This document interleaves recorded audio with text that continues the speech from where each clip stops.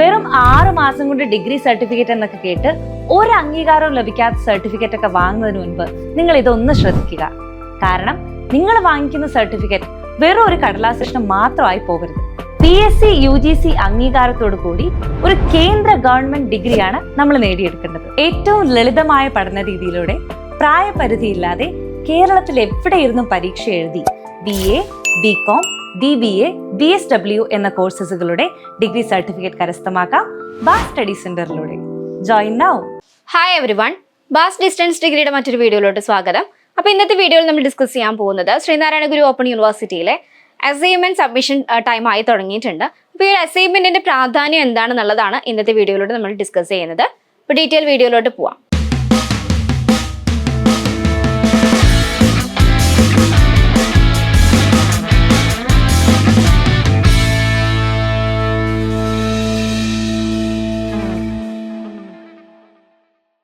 ശ്രീനാരായണ ഗുരു open യൂണിവേഴ്സിറ്റിയിലേക്ക് admission എടുക്കാൻ താല്പര്യപ്പെടുന്ന വിദ്യാർത്ഥികളാണ് നിങ്ങളെങ്കിൽ താഴെ കാണുന്ന നമ്പറിൽ കോൺടാക്ട് ചെയ്യുക.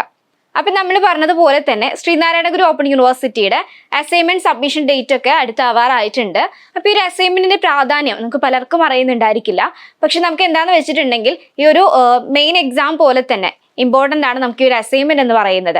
അതായത് നമുക്കിപ്പോൾ അസൈൻമെന്റിലും അതുപോലെ തന്നെ തിയറി പേപ്പറിലും സെപ്പറേറ്റ് പാസ് മാർക്കാണ് നമുക്ക് വരുന്നത്. അസൈൻമെന്റിലും പാസ്സാവണം, അതുപോലെ തന്നെ തിയറി പേപ്പറിലും നിങ്ങൾ പാസ്സാവണം. എങ്കിലേ നമ്മൾ ടോട്ടലി ഒരു സബ്ജക്റ്റിൽ നിങ്ങൾ പാസ് ആവത്തുള്ളൂ. ഓക്കെ, അപ്പം അസൈൻമെന്റിൽ നമുക്കിപ്പോൾ 10 മാർക്കിന്റെ ക്വസ്റ്റ്യനും വരുന്നുണ്ട്, അതുപോലെ തന്നെ 15 മാർക്കിന്റെ ക്വസ്റ്റ്യൻസ് നമുക്ക് അവൈലബിൾ ആണ്. അപ്പം അതുകൊണ്ട് തന്നെ പ്രോപ്പറായിട്ട് തന്നെ അസൈൻമെന്റ് ക്വസ്റ്റ്യൻസും കാര്യങ്ങളൊക്കെ പ്രോപ്പറായിട്ട് ചെക്ക് ചെയ്യുക. അസൈൻമെന്റ്സ് നല്ല രീതിയിൽ തന്നെ റിട്ടേൺ ചെയ്യുക. ഏത് രീതിയിലാണോ ഇൻസ്ട്രക്ഷൻസും കാര്യങ്ങളൊക്കെ വായിച്ചതിന് ശേഷം എങ്ങനെയാണോ നിങ്ങളുടെ അടുത്ത് അസൈൻമെന്റ് റിട്ടേൺ ചെയ്യാൻ വേണ്ടി പറഞ്ഞിട്ടുള്ളത് ആ രൂപത്തിൽ തന്നെ അസൈൻമെന്റ് റിട്ടേൺ ചെയ്യുക. എങ്കിൽ മാത്രമേ നമുക്ക് നല്ല മാർക്കോട് കൂടി അസൈൻമെന്റിൽ പാസ് ആവാൻ വേണ്ടി സാധിക്കുള്ളൂ. പിന്നെ അത് മാത്രമല്ല, നിങ്ങളുടെ ഹാൻഡ് റൈറ്റിങ്ങും കാര്യങ്ങളൊക്കെ നോക്കിയിട്ട് തന്നെയാണ് വാല്യുവേഷൻ ഉണ്ടായിരിക്കുക. അതുപോലെ തന്നെ നമ്മൾ കൊടുക്കുന്ന നീറ്റ്നെസ്സും കാര്യങ്ങളോ എല്ലാം തന്നെ അതിൽ ഇൻക്ലൂഡഡ് ആണ്. അപ്പം ഇത്തരത്തിലുള്ള കാര്യങ്ങളൊക്കെ പ്രത്യേകം തന്നെ ശ്രദ്ധിക്കുക. അതുപോലെ തന്നെ മറ്റൊരു കാര്യം എന്ന് പറയുന്നത് അസൈൻമെന്റ് പ്രോപ്പർ ടൈമിൽ സബ്മിറ്റ് ചെയ്യാൻ വേണ്ടി ശ്രദ്ധിക്കുക. കാരണം നമുക്ക് യൂണിവേഴ്സിറ്റി പറയുന്ന ഒരു ടൈം ഉണ്ട്, ആ ഒരു ടൈമിനുള്ളിൽ തന്നെ അസൈൻമെന്റ് പ്രോപ്പറായിട്ട് സബ്മിറ്റ് ചെയ്യുക.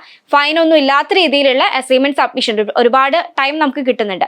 ആ ഒരു ടൈമിനുള്ളിൽ തന്നെ എല്ലാവരും അസൈൻമെന്റ് പ്രോപ്പറായിട്ട് തന്നെ സബ്മിറ്റ് ചെയ്യാൻ വേണ്ടി ശ്രദ്ധിക്കാം. അപ്പോൾ ഇവിടെ പഠിക്കുന്ന സ്റ്റുഡൻസ് ആണെന്നുണ്ടെങ്കിൽ നിങ്ങൾ ടെൻഷൻ ആവേണ്ട കാര്യമില്ല. നിങ്ങളുടെ കംപ്ലീറ്റ് സർവീസും ഇവിടുന്ന് പ്രൊവൈഡ് ചെയ്യുന്നുണ്ട്. ഇനിയിപ്പോൾ അതല്ല, പുറത്തു നിന്നുള്ള സ്റ്റുഡൻസ് ആണെന്നുണ്ടെങ്കിൽ ഇത്തരത്തിലുള്ള കാര്യങ്ങളൊക്കെ പ്രത്യേകം ശ്രദ്ധിക്കാം. അപ്പോൾ ഈ ഒരു വീഡിയോയുമായി ബന്ധപ്പെട്ട് ഇനി എന്തെങ്കിലും സംശയങ്ങൾ ഉണ്ടെങ്കിൽ നിങ്ങൾക്ക് താഴെ കമന്റ് ചെയ്യാവുന്നതാണ്. ഇതുപോലുള്ള മറ്റൊരു യൂസ്ഫുൾ വീഡിയോയുമായി വീണ്ടും കാണാം. താങ്ക്